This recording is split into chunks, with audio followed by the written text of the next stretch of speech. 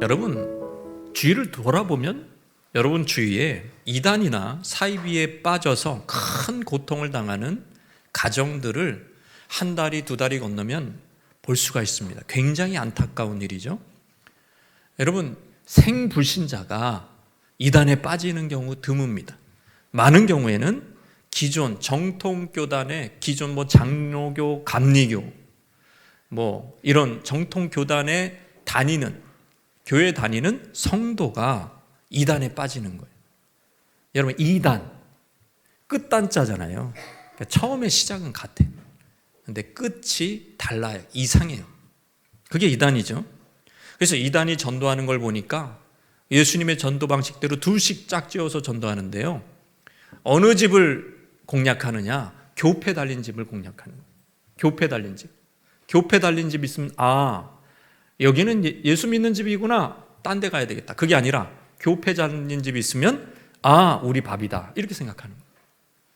그들이 생각하는 교인은, 기존 교인은 마치 우리가 불교인들을 생각하는 거죠. 불교인들이 모든 불경을 다 외우고 있다. 이렇게 생각 안 하잖아요. 그냥 4월 초파일 날 한번 가면은 그게 불교인이다. 이렇게 생각하고 허당이다고 생각하고 잘 모르겠다 생각하고 접근하잖아요. 예수 믿으라고 그러잖아요. 그런 것처럼 우리가 교회를 다녀도 허당이라고 생각해. 그냥 굉장히 이게 조각조각 그 지식은 가지고 있어도 성경을 잘 모른다고 생각하고 접근을 합니다. 근데 이제 좀 지식을 알고 있어야 돼요. 어느 정도는. 그래야 말이 되니까. 그러니까 이제 교패 있는 데를 공략을 하는 거예요. 얼마나 흉악한 일입니까? 한 번은 제가 이사 간 곳 앞집 아저씨가 저희에게 SOS를 쳤어요. 아내에게 막 급하게 연락을 해가지고 여기가 교육자 집인 줄 아니까 문을 두드린 거예요. 문을 두드려서 이제 제가 관여하게끔. 그래서 제가 그 아주머니를 만났습니다. 그 아주머니 만나서 얘기 들어보니까 벌써 이단을 6번째 만난. 6번째. 그 6번째쯤에는 이제 자기의 본색을 드러내요. 처음엔 예수님 얘기하죠. 처음엔 창조주 하나님 얘기해요. 6번째쯤에는 이제 안상홍 얘기하기 시작하는 거죠. 안상홍 하나님의 교회 이단이었습니다. 그러니까 이제 눈치를 챈 거예요. 그 남편도 이거 이상하다, 큰일 났다. 이래가지고 연결이 됐고 잘 가리켜서 빠져나오게 했던 기억이 있습니다. 우리 주변에 여러분, 우리 자녀들이 신천지, 하나님의 교회, 구원파, 통일교, 제7일 안식교, 여호와 증인 안 빠질이라는 보장이 없어요. 심지어 이런 이단들에 빠지는 사람들이 그런 통계가 있어요. 그 전문적으로 연구하신 분이 하는 얘기를 들어봤는데 안수 집사 자녀들 아주 잘 빠진대요. 안수 집사 자녀들, 목사님 자녀들, 장로님 자녀들, 권사님 자녀들이 아주 잘 빠진대요. 왜? 주워들은 이야기가 있는 거예요. 근데 그거를 신천지가 또는 다른 이단들이 이상하게 그걸 꿰입니다. 그러니까 거기에 혹하는 거예요. 이렇다 이거예요. 이들은 정통교회보다 더 열심이고 더 체계적으로 가르치고 전도합니다. 그렇다면 사랑하는 성도 여러분, 이단이 들끓어도 성도가 잘못될 수 없는 이유가 있어요. 그것은 따라 하시겠습니다. 예수가 그리스도이심을 믿기 때문이다. 예수님이 바로 그리스도다, 메시아다라는 것을 믿기 때문에 우린 잘못될 수가 없다. 근데 이게 그리스도도 그냥 그리스도가 아니라 완전한 그리스도이심을 믿는 거예요. 부족한 그리스도가 아니라 완전한 그리스도이심을 믿는 겁니다. 요한일서 2장 22절 23절 읽겠습니다. 거짓말하는 자가 누구냐? 예수께서 그리스도이심을 부인하는 자가 아니냐? 아버지와 아들을 부인하는 그가 적그리스도시니 아들을 부인하는 자에게는 또한 아버지가 없으되 아들을 시인하는 자에게는 아버지가 있느니라 그랬어요. 거짓말하는 자가 누구냐? 예수께서 그리스도심을 부인하는 자가 거짓말하는 자라는 거예요. 예수라는 이름은 나의 구원자, 우리의 구원자, 여호와는 구원자, 죄에서 구원할 자, 이게 다 예수라는 의미에 포함되어 있는 거죠. 그리스도는 뭡니까? 그리스도. 기름 부음을 받은 자라는 뜻의 메시아의 헬라어 역이 그리스도입니다. 그러니까 메시아나 그리스도나 같은 말이고 이 뜻은 기름 부음 받은 자다. 여러분, 그리스도 메시아라는 호칭은요, 개인적인 이름이 아니에요. 직분의 호칭입니다. 대통령, 개인 이름이 아니잖아요. 목사도 마찬가지예요. 개인 이름이 아니잖아요. 의사도 마찬가지, 개인 이름이 아니에요. 그건 직분에 대한 얘기예요. 구약에서 세 가지 직분에 기름을 부었습니다. 왕, 제사장, 선지자에게 기름을 부었어요. 왕, 대제사장, 선지자, 기름 부어줬어요. 완전한 구주가 되신 예수 그리스도는 성령의 기름을 부음을 받아서 구약에서 이 세 가지 직분을 받으셨을 뿐만 아니라 수행하시고 완결하신 분이에요. 대제사장, 선지자, 왕직을, 이 삼중직을 다 하신 분이 바로 예수 그리스도시다. 그런데 당시 이단들은 예수께서 이 삼중직을 가진 그리스도이심을 부인했습니다. 영지주의 시조라고 할 수 있는 이 케린투스와 그 제자들은 예수와 그리스도를 어떻게 했어요? 분리했어요. 예수와 그리스도를 분리했단 말이에요. 그러니까 인간 예수하고 신적인 그리스도를 분리했어요. 그러니까 인간 예수, 별 볼 일 없는 인간 예수가 30살까지 살았는데 어느 날 요한이 세례 줄 때 위로부터 비둘기같이 뭐가 강림해요? 그리스도가 강림했다는 거예요. 그래서 그때 바로 예수 그리스도가 됐다는 거예요. 그렇게 막 신적인 그리스도가 강림하니까 희한한 신기한 표적을 행하시다가 이제 십자가 지셔요. 죽기 전에 그리스도는 싹 떠나갔어. 그러니까 인간 예수가 죽은 거예요. 자, 이런 이야기 우리가 볼 때는 굉장히 황당한 얘기네. 뭘 그런 걸 믿어? 그러나 당시 헬라 사상에 다 이렇게 헬라 사상으로 완전히 이게 기반이 되어 있는 그 사회 사람들은 너무 좋아. 플라톤의 영육 이원론에 따라서 그들이 이게 종교적인 영역으로 가면 신적인 존재는 더러운 육체를 입으면 안 돼요. 육체의 고난을 받을 수 없어요. 신적인 존재는.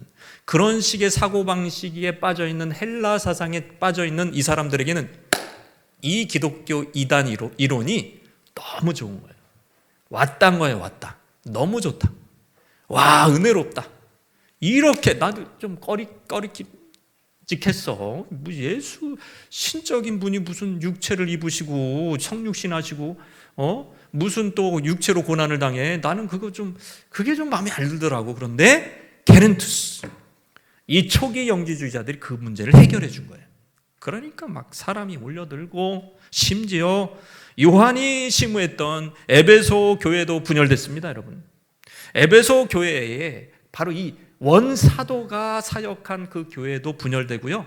거기에 많은 사람들이 떠났어요. 케린투스 이단을 향해서 갔어요, 여러분. 여러분, 요한은 그거를 지금 그 배경에서 이 적그리스도가 누구냐? 바로 예수가 자체가 그리스도임을 부인하는 자들이 적그리스도다. 그들은 아버지도 부인하고 아들도 부인했다는 얘기가 아니라 아버지와 아들과의 관계를 부인한 거예요. 그러니까 아버지를 인정해, 그들도. 하나님 믿어요. 그러나 아버지의 아들, 하나님의 아들이 예수라는 것을 부인하는 거죠. 그리스도를 부인하는 거니까. 이들을 정죄하면서 사도 요한은 이단에 미혹되지 않는 방법, 24절에 이렇게 얘기하고 있습니다. 이게 중요한 거죠. 시작. 너희는 처음부터 들은 것을 너희 안에 거하게 하라. 처음부터 들은 것이 너희 안에 거하면 너희가 아들과 아버지 안에 거하리라. 처음부터 들은 게 뭘까? 자기가 전한 메시지예요. 바로 이 사도적 가르침이라고. 사도 요한이 가르친, 또는 거기에 베드로도 왔겠죠. 이 사도들이 가르친 그 원복음이 처음부터 들은 거예요. 그게 뭐냐? 예수는 완전한 하나님의 아들이시요 그리스도라는 거예요. 기독교 신앙에 대한 거짓 개념에 빠지는 것을 막아주는 해독제는 사도들의 증거를 통해 주어진 기독교 진리의 처음 주장을 굳게 붙드는 데서 찾을 수가 있는 것입니다. 예수가 하나님의 아들이다. The Son of God. 사람의 아들이 사람이잖아요. 하나님의 아들은 사람이에요? 하나님이란 얘기예요. 예수가 하나님의 아들이라는 것은 예수가 신적 존재란 얘기입니다. 그러면 잘못될 일이 없다. 그렇게 믿으면 잘못될 일이 없다. 2000년 전에 기록된 이 복음서의 진리가 지금 이 사도적 가르침이 그대로 마태 사도입니다. 요한 사도입니다. 마가 누가는 바로 사도들의 직강을 통해서 직접 제자들입니다. 그 사도적 가르침을 통해서 우리가 지금 이 복음을 믿고 있어요. 이 가르침이 우리 마음속에 항상 머문다면 우리는 이단의 마수에 흔들리지 않습니다. 그런데 여러분, 이단의 교리는 누가 만들었을까요? 이단 교주가 만들었을까요? 아니에요. 마귀가 만든 거예요. 귀신이 만든 거라고. 귀신의 가르침. 그러면은 굉장히 똑똑할까요? 멍청할까요? 굉장히 사악하게, 아주 교묘하게 똑똑합니다. 그렇게 헛수로 보면 안 돼요, 여러분. 여러분, 이게요, 우리가 그래요, 예수는 그리스도시고 하나님의 아들입니다, 이거 외운다고 이단의 교리 안 빠지냐? 천만의 말입니다. 천만의 만말. 여러분, 여호와 증인 한번 예로 들어볼까? 여호와 증인. 여호와 증인이 주로 전도할 때 뿌리는 그 찌라시 같은 거 읽어보면요, 그 파수꾼인가? 그거 읽어보면은 무슨 얘기가 나오냐면 예수님이 우리 죄를 위해서 돌아가셨습니다, 이 얘기 많이 나옵니다. 그거 이단 교리예요, 정통 교리예요? 정통 교리예요. 예수님이 돌아가셨다고 분명히 나와요. 여러분, 여호와 증인도 예수의 속죄와 대속의 희생을 믿어요. 근데 뭐가 다른 거죠? 그들은 영지주의자들처럼 예수의 부활이 영적 부활인 거예요. 육적 부활은 아닙니다. 그러니까 예수는 피조물인 거예요. 심지어 이렇게 얘기해요. 예수는 하나님의 아들이십니다. 거기서 그렇게 가르쳐요. 그런데 하나님은 아니십니다. 여러분, 헷갈려요, 안 헷갈려요? 여러분, 이단이 이렇게 헷갈리다니까. 하나님의 아들이라고 얘기해요. 근데 하나님은 아니래요. 그러니까 삼위일체 하나님 인정해요, 안 해요? 안 해요. 성령도 예수도 하나님 아닌 거예요. 뭐 우리를 위해서 구속하셨대. 그래서 여기가 교회인가 보다. 아닙니다, 여러분. 이렇게 교묘해요. 그래서 이단입니다. 신천지 이단도 마찬가지예요. 신천지 이단에 속기 쉬운 것은 처음부터 예수를 부인하거나 비판하거나 그러지 않아요. 여러분, 신천지도요, 예수 그리스도를 구세주라고 가르쳐요. 아시겠습니까? 신천지도 예수 그리스도를 가리켜요, 여러분. 그리고 심지어 예수가 메시아라고 인정을 해요. 하나님의 아들이라고 인정을 한다니까요. 그런데 따라해봅시다. 부족한 메시아. 여기서 이제 또 달라져요. 메시아긴 한데 좀 부족하다는 거예요. 부족하면 누군가 완성할 자가 필요하죠. 그래서 우리가 아는 초림 예수하고 신천지 이론은 초림 예수하고 따라해봅시다. 재림 예수. 이 꼴이 아니에요. 같지가 않아요. 재림 예수하고 초림 예수가 다르다니까요. 그러니까 처음에는 계속 초림 예수를 가리켜. 은혜 받아요, 안 받아요? 은혜 많이 받아요. 이상한 얘기 안 하고 초림 예수 가리켜준. 예수님이 2000년 전에 오신 예수님 가리켜요. 그런데 다시 오실 예수님은 누구예요? 그 예수님이 아니에요. 이만이에요. 다시 오실 예수는 부족한 예수를 보완해 줄 메시아요, 재림 예수요, 게다가 하나 더 했어. 보혜사 이만희. 이렇게 나가는 거예요. 그러니까 보혜사 이만희를 믿어야 14만 4천에 들어가요. 그래서 거기에 입맞은 구원받은 명단에 들어간다니까요. 그러니까 열심을 내는 거예요, 거기 들어가려고. 근데 거기에 누가 가는, 그 과천에 있어요. 그 갔다 온 사람 신방에 있어요, 제가. 여러분, 왜 그분이 뭐라고 얘기합니까? 명문대생이 거기 다 가 있대. 이름만 되면 다 아는 명문대생들이 거기 가 있대. 왜? 논리적으로 딱 맞춘 거예요, 그걸. 그 논리를 따라가 보면 아멘하고 이만희가 이만희네. 다시 오실 재림주는 이만희네. 막 지금 아멘하는 얼굴을 하면 안 돼요, 이때는.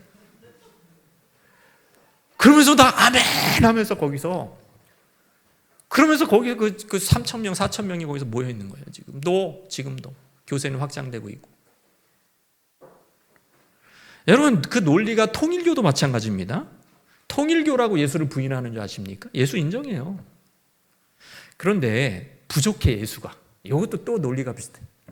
예수가 뭐가 부족하냐면 예수는 영적인 구원만 이루셨대. 그게 통일교의 논리예요. 영적인 구원만 이루었고 육적인 지상 구원은 못 이루었대요. 그걸 완성한 재림주가 누구예요? 예? 문, 선, 명입니다, 여러분. 이 사람이 이루었대. 이 사람이 육적인 구원을 이루는 또 하나의 방법. 그러니까 문성명 믿기 시작하면은 합동 결혼식 해야 되는 거예요. 이 땅에서 육적 구원을 이루는 가장 중요한 방식이 합동 결혼식 하는 거예요. 문선명이 이렇게 주제 아래서 하는 거. 그 얼마나 이게, 여러분, 이런 사람들이, 이런 이단들이 아프리카에 들어가 있어요. 제일 먼저 포기하고 있다고. 목사님들이 너무 돈도 없고 어디 갈 데도 없는데 어디서 뭐 성경 가르치겠대. 호텔에서 맛있는 뷔페 주면서 성경 가르친대. 와, 좋다. 그리고 거마비도 준대. 10만 원. 이야, 신난다. 가면 뭡니까? 통일교입니다. 선교사님들이 하는 얘기. 그러니까 돈이 많으니까 무슨 사업도 하잖아요. 그죠? 몰라요? 맥콜 막 이런 거. 그런 거 옛날 얘기지 뭐 더 많을 거 아니야 지금은 이름 바뀌어서.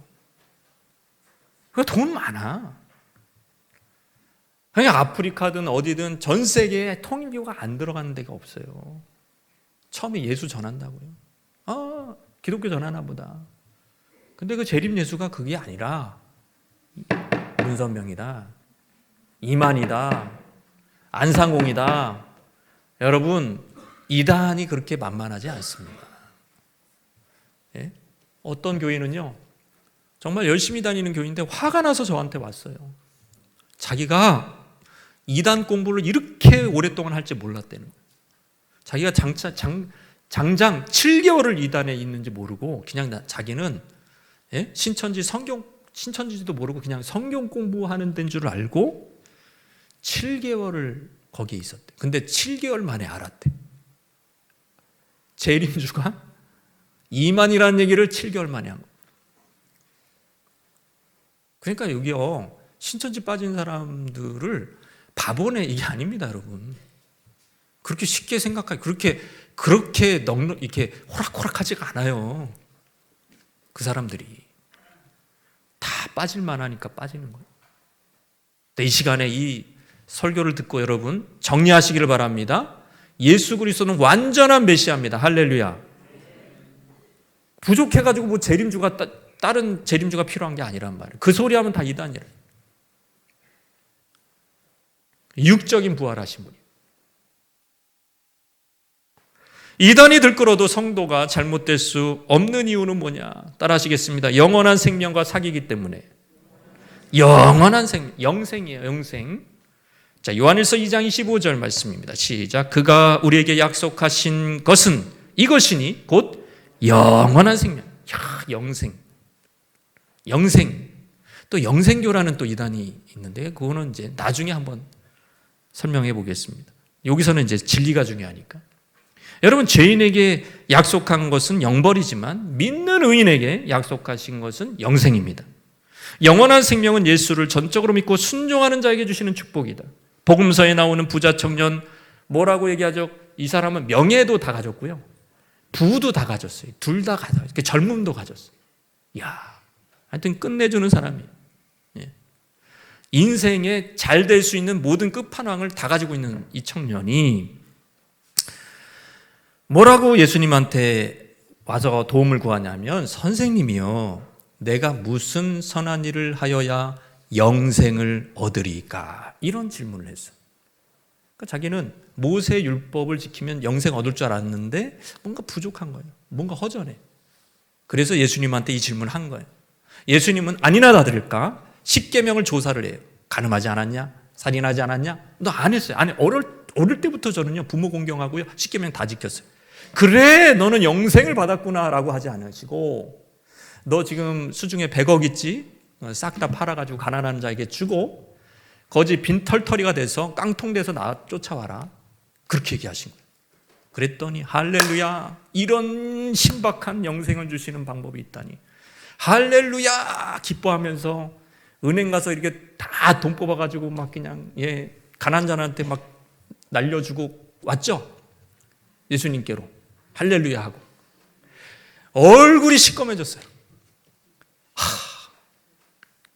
이런 소리를 듣다니 내가 살다 별소리 다 듣네. 이게 영생 얻는 길이라고? 나 그런 길이면 못 가.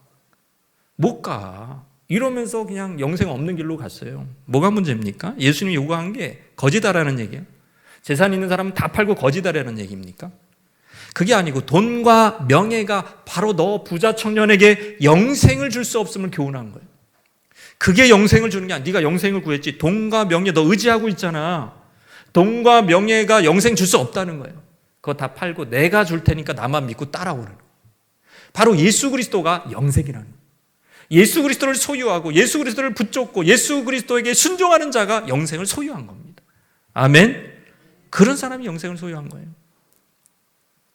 영생은 예수 그리스도 안에 있기 때문에 영생에 대한 가장 순도 100%의 이 정의는 전 이거라고 생각해요. 요한복음 17장 3절 한번 읽겠습니다. 영생은 곧 유일하신 참 하나님과 그가 보내신 자 예수 그리스도를 아는 것이라 그래요. 영생이 뭡니까? 영생이 뭐예요? 불사의 삶이에요? 불로장생. 뭐 그게 영생입니까? 그게 1차적인 의미가 아니라는 거예요. 그거는 부차적인 의미라는 거예요. 영생의 1차적인 의미는 하나님과 그 보내신 자 예수 그리스도를 안다라고 할 때 이 안다의 구약에서 쓰인 히브리적 의미는 부부관계를 의미해요. 부부의 성관계를 포함해서 이 부부의 친밀한 관계가 안다입니다, 여러분. 그러니까 예수 그리스도 얼마나 친밀하면 이 야다라는 안다라는 말을 썼냐 이 말이에요. 굉장히 친밀한 관계를. 그게 바로 영생이다. 구원의 지식은 객관적인 동시에 관계적인 알밈인 거예요. 영생은 바로 하나님과 그 보내신 자 예수 그리스도와의 사도 요한의 용어로 얘기하면 따라붙어 사귐, 코이노니아, 이게 영생인 거예요. 예수 그리스도와 사귀는 게 영생이라. 왜? 영생은 그리스도 안에 있기 때문에. 그리고 그 사람은 부차적으로 그 사귐이 영원해. 예수 그리스도가 내가 사귀는 그분이 영생하는 분이야. 그러니까 내가 그 사귐으로 붙어 있으면 포도나무에 붙어 있듯이 붙어 있으면 그냥 영생하는 거예요. 그 부차적으로 천국에서 영원히 사는 거죠. 이 좋은 영생을 소유한 성도는 핍박이나 유혹이 와도 이겨냅니다. 왜 이길까요? 왜 예수님의 말씀에 순종하고 유혹을 이길 수 있을까요? 여러분 부부관계가 너무 좋아. 막 부부관계가 꿀이 떨어져 그냥 둘이. 예? 둘이 그냥 부부가 그냥 같이 있으면 좋겠다 맨날 그래. 그 사이에 다른 존재가 낄 수 있어요? 없어요? 없어요. 이게 똑같은 거예요. 하나님과의 사귐이 예수 그리스도의 사귐이 너무 좋아. 그러면 세상 유혹이 못 끼는 거예요. 그 사귐 때문에. 그래서 그리스도를 배신할 수 없는 거예요. 은혜를 많이 받았기 때문에. 인간이 영생을 얻을 수 있는 길은 하나입니다. 영생이신 예수 그리스도를 모시는 거예요. 그 말씀에 순종하는 겁니다. 요한복음 3장 36절 말씀 같이 읽겠습니다. 시작. 아들을 믿는 자에게는 영생이 있고 아들에게 순종하지 아니하는 자는 영생을 보지 못하고 도리어 하나님의 진노가 그 위에 머물러 있느니라. 여러분 이 복음서 또 요한복음서부터 시작해서 이 요한일서 다 뭐라고 얘기하죠? 믿는 것과 순종하는 것을 한데 묶어요. 우리는 믿는 것과 행위적인 순종을 자꾸 띄워놓으려고 그래. 자꾸 분리하려고 그래. 뭐 신학자들도 이런 짓을 많이 해. 여러분 그거는요 믿지만 순종이 안 될 수 있고 안 되는 것이 마치 정상이라고 얘기하는 교리는 마귀의 교리입니다. 그런 교리를 얘기하는 사람은 심판받아요. 내가 볼 때. 요한복음에도 마태복음에도 히브리서도 절대로 그렇게 얘기하지 않아요. 여러분 히브리적 사상은 뭐냐? 따라해보시다. 히브리인들의 사상, 이스라엘 유대인들의 사상이 뭡니까? 따라해보시다. 믿는 것과 순종하는 것은 같다. 결국 믿는 것이 순종하는 거예요. 그 사람 사상들. 그 사람들이 생각하는 방식은 믿는 게 순종하는 거라. 하나님께 택함 받은 자들은 믿는 자이고 믿는 자는 영생을 얻는 자입니다. 영생을 얻는 자는 순종하는 자예요. 왜? 하나님과 사귀니까 이물질이 낄 수가 없어. 고로 택함을 받았다고 하는데 영생의 말씀에 순종하지 않는 자는 하나님의 진노가 그 위에 머물러 있다고 지금 이 표현을 하고 있죠. 요한일서. 믿지 않는 자에게 하나님의 진노가 머문다고 얘기하지 않아요. 순종하지 않는 자에게 진노가 임한다. 여러분 마태복음에 뭐라고 얘기해요? 예수님이 만일 네 손이나 네 발이 너를 범죄하게 하거든 어떻게 하라 그래요? 어떻게 하라 그래? 그럴 수도 있지. 하나님은 사랑이죠. 하나님이 성도의 견인의 교리를 주셨어. 불가항력적인 은혜를 주셨어. 그래서 네 눈으로 범죄하고 손으로 범죄해도 찍어버리지 마. 다 돌아와. 다 회개하고 돌아와. 그냥 살려도 멀쩡하게 지내 라고 얘기하셨습니까? 무슨 생선 자르듯이 팍 찍어버리라고 그랬습니까? 이거 무슨 이게 토막입니까 이게? 막 찍으래.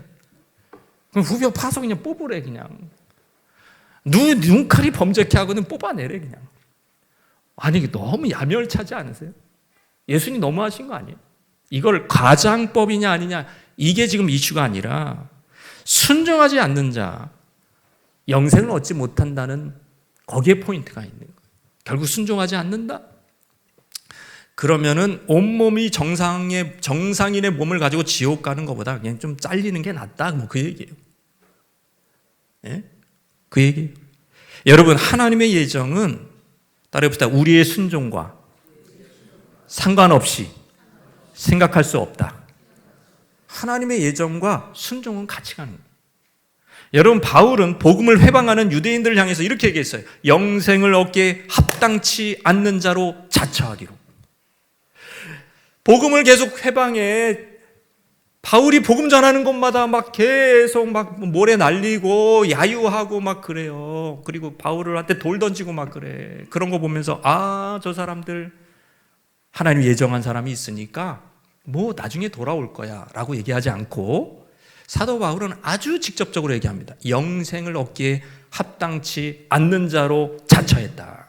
그 얘기는 뭐냐면 그들의 행위를 보고 불순종하는 행위를 보고 너희들은 그냥 하나님의 예정이 없는 사람이야. 유기된 사람이야 라고 사도 바울은 판단한 것이죠.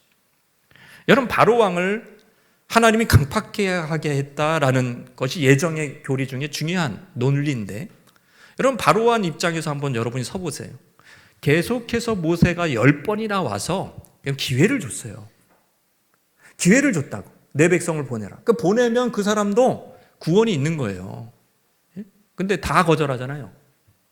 다 불순종하잖아요.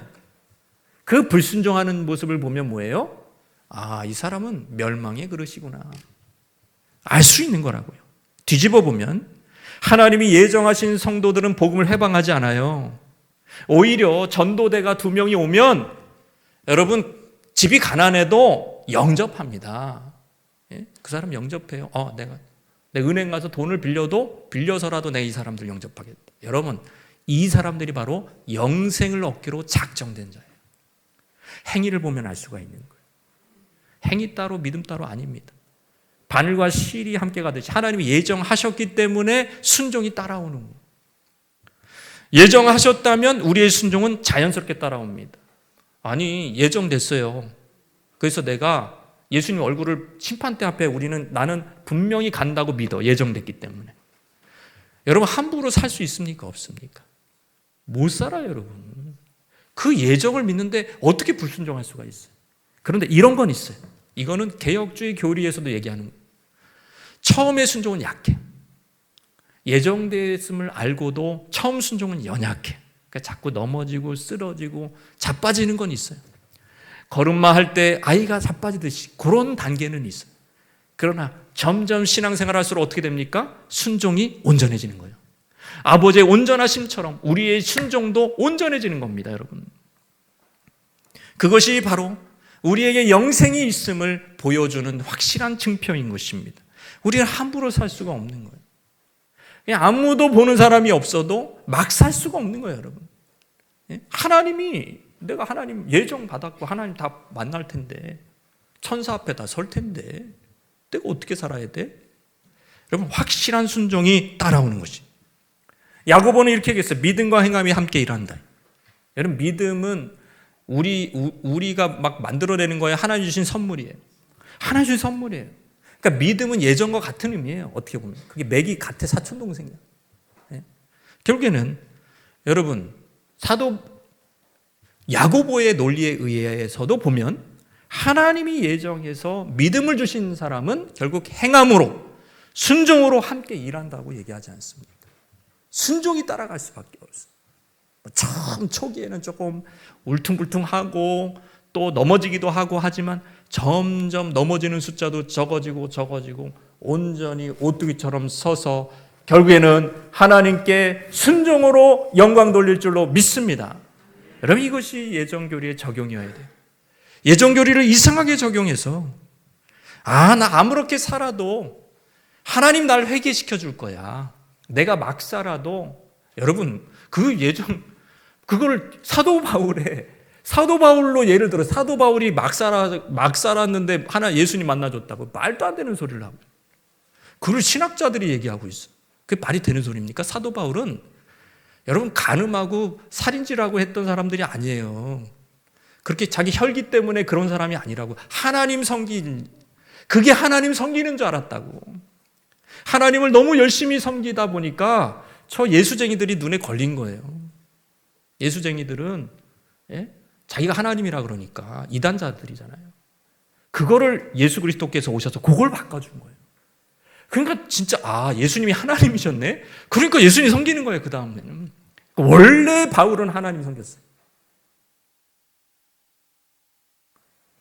우리 옆에 분에게 아시겠습니까? 원래 하나님 섬겼다. 왜 그걸 예정교리에다가 갖다 넣는지 모르겠어요. 사도 바울의 회심을. 죄가 좋아서 막 산 사람이 아닌데.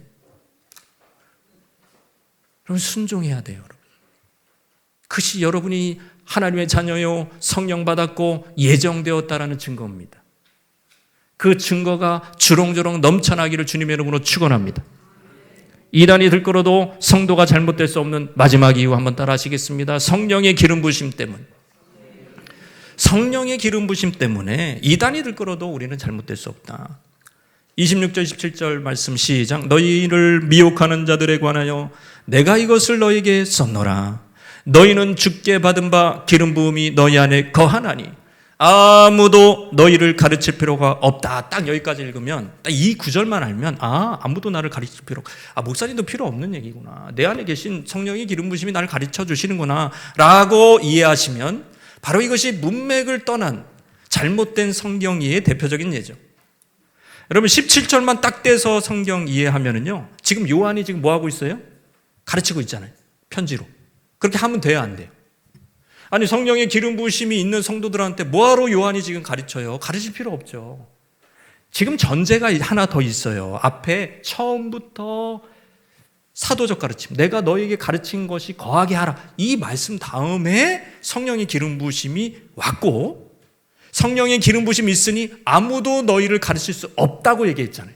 그러니까 성령의 기름 부으심만 있는 게 아니라 사도적 가르침 플러스 예수는 완전한 구세주, 완전한 그리스도, 완전한 하나님의 아들이라는 가르침이 있고, 플러스 성령의 기름 부으심으로 그 진리를 확증해 주었기 때문에 아무도 너희를 가르칠 수 없다라고 할 때, 아무도는 사실 누구를 겨냥한 거예요? 사도 요한은 케린투스 이단을 겨냥한 거예요. 케린투스 이단, 왜 그랬을까요? 여러분, 그 당시 헬라 사람들은요, 헬라 사상에 빠진 사람들은 그 당시 인생의 낙을 뭘로 느끼냐 하면, 새로운 가르침이 있다 그러면, 저기 어디 강남에서 누가 뭐 가르친대. 저기 어디 일산에서 누가 가르친대. 이야, 신령한 가르치는 교사가 떴어. 그럼 우리 가보자. 이게 낙이었대요. 그 당시 문화가 그랬단 말이에요. 그러면 여러분, 케린투스 이단 같이 이 신박한 가르침을 한다고 할 때 그냥 습관적으로 그걸 쫓아가는 거예요. 그러니까 요한이 뭐라 그런 거예요? 그걸 막는 거예요. 아무도 너희에게 가르칠 필요 없다. 두 가지 조건만 충족이 되는 너희들은 성령의 기름 부으심이 있지, 사도적 가르침 확신하지, 그러면 아무도 가르칠 필요 없다. 그딴 데 가지 마라. 그 얘기하고 있는 것입니다.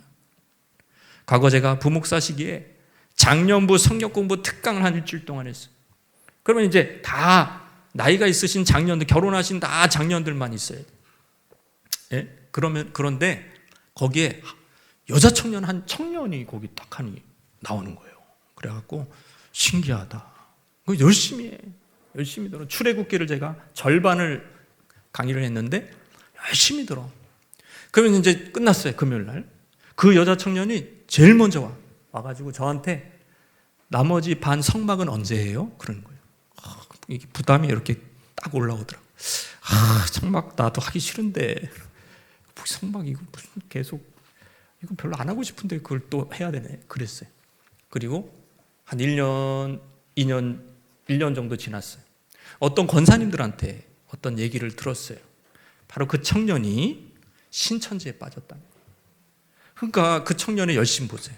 원래 청년부에만 거기 성경 공부 다 있어. 근데 여기 작년에까지 와서 그 열심으로 성경 공부하던 그 친구가 그냥 외부 성경 공부 참여했다가 빠진 겁니다. 얼마나 안타까운지 몰라요. 예. 사도 요한이 지금 그 얘기를 하는 거예요. 너희는 사도적 가르침과 성령의 기름 부심이 있으니 그 안에 거하라. 그러면 흔들리지 않을 것이다. 여러분 요한일서 2장 27절 마지막 한번 읽겠습니다. 시작. 오직 그의 기름 부음이 모든 것을 너희에게 가르치며 또 참되고 거짓이 없으니 너희를 가르치신 그대로 주 안에 거하라. 사도 요한이 계속해서 강조하는 것은 거하는 거. 그러니까 우리가 어떻게 거하느냐? 성령이 내주하시고 그분이 기름 부어 주시기 때문에 여러분 이 기름 부음이라는 것은요. 줄줄줄줄줄줄 그 상징하는 의미는 지속성입니다. 계속 기름 부음이 계속되는 거예요. 여러분 스가랴가 환상을 봤거든요. 무슨 환상을 봤냐면 순금등대와 순금등대 이렇게 가지가 한 7개로 쫙쫙 퍼진 이 등대가 있어요. 불을 밝히는 어둠을 밝히는 등대가 있어요. 근데 그 등대와 연결된 감람 나무 두 그루가 이렇게 딱 버텨서 서로 연결되어 있는 환상을 봤단 말이에요. 여러분 이 감람나무 두 그루는 바로 스룹바벨과 여호수아를 상징합니다. 그래서 이 두 사람이 기름을 발라줘. 기름 발라진 사람이에요. 이 기름 발라진 사람들 때문에 14년 동안 당시의 성전 건축이 사마리아인으로 말미암아 중단된 성전 건축이 이 기름 발리운 이 두 사람 때문에 막 성전이 밝아져서 막 이제 백성들이 회개하기 시작하고 그래서 이 성전 건축 끝내버렸어요. 이게 바로 그 유명한 힘으로도 되지 아니하고 능으로도 되지 아니하고 오직 나의 신으로 된다는 그 바로 그 말씀이에요. 그런데 그 말씀이 구약에서 끝났냐 이 말이에요. 구약의 스룹바벨 성전 건축으로 끝났냐? 아니라는 거예요. 두 감람나무와 순금 증당대의 이 환상은 바로 살아계신 하나님의 성전된 바로 여러분들 그리스도인들의 모습이라는 거예요. 세상을 밝히는 빛이라는 겁니다. 기름을 발리운 자들이에요, 여러분이. 저와 여러분 기름을 발리운 자들이라고. 그리고 기름의 공급은 여러분 안에 계신 성령이 계속 중단 없이 끊임없이 해주시는 것입니다. 더 이상 세상의 신기한 예수가 가르친 가르침 외에 신기한 가르침을 쫓아서 따라갈 필요가 없어요. 이 성령의 기름 부음 받은 그 사람을 우리는 뭐라 그래요? 따라해봅시다. 그리스도인이라 그래요. 여러분 아까 지금 말씀드렸죠? 그리스도는 이름이에요? 직분의 명칭, 호칭이에요. 개인 이름이 아니라 직분의 호칭이라 그랬잖아요. 그럼 우리가 그리스도인이 됐다는 얘기는 무슨 얘기입니까? 우리가 그리스도의 상중직에 참여하는 사람이 됐다는 얘기입니다. 그리스도가 뭐였죠? 선지자, 제사장, 왕이세요. 그러면 그리스도와 연합된 그리스도인 역시 선지자, 제사장, 왕직을 수행하도록 기름 부음을 받았고 그 스룹바벨과 여호수아처럼 계속해서 기름 부음이 흐르는 겁니다. 그러면 어떤 일이 일어나느냐? 우리가 그리스도가 우리에게 행하신 일을 우리가 세상에서 할 수가 있는 것이죠. 그리스도가 우리에게 어떻게 했어요? 그리스도가 삼중직을 했어요, 여러분에게. 대표적인 게 죄사함이잖아요. 대제사장 노릇을 하셨어요. 예수의 이름으로 사함을 받았잖아요. 자녀들아, 너희 죄가 예수의 이름으로 사함을 받았다. 그 이름으로. 그분이 바로 제사장 노릇을 한 거예요. 그리스도는 또 무슨 일을 하셨죠? 가르치는 선지자지. 우리를 가르쳐서 우리가 깨어났어요. 진리를 깨달아 죄를 멀리하고 있습니다. 또 그리스도가 뭐 했죠? 귀신을 내쫓아죠. 여러분 세상에서 제일 통제가 안 되는 게 귀신입니다. 근데 우리에게 역사하는 귀신을 내쫓아서 우리를 영혼을 새롭게 해주셨어요. 자유케 해주셨어요.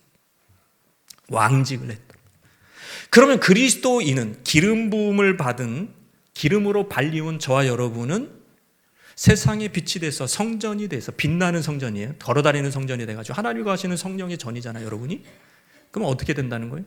그리스도 직을 수행한다는 거예요. 베드로는 이걸 뭐라고 얘기했습니까? 따라해보시다. 왕 같은 제사장. 그 너희는 왕 같은 제사장이라고 얘기한 게 그리스도인이라. 그리스도의 삼중직을 행한다. 그러면 그러면 어떤 직을 수행합니까? 여러분이 직장 갔는데, 학교 갔는데, 군대 갔는데 못되게 한 사람이 있어요. 좀 뒤에 가서 그냥 내가 다리 넘어뜨려 했으면 좋겠다. 그렇게 못됐어. 그 못된 짓을 했어. 근데 그때 제사장 대신 예수 그리스도와 연합한 그리스도인은 제사장직을 하면 어떻게 됩니까? 여러분 용서받았잖아요. 제사장직을 우리가 행하면, 우리가 받은 대로 행하면 여러분 용서할 때마다, 그러니까 여러분을 기분 나쁘게 한 사람들, 못되게 한 사람들 용서할 때마다 여러분은 지금 뭘 하고 있는 거예요? 그리스도직을 하고 있는 거예요. 그리고 제사장이, 대제사장이 뭐 했어요? 피를 가지고 뿌렸잖아요.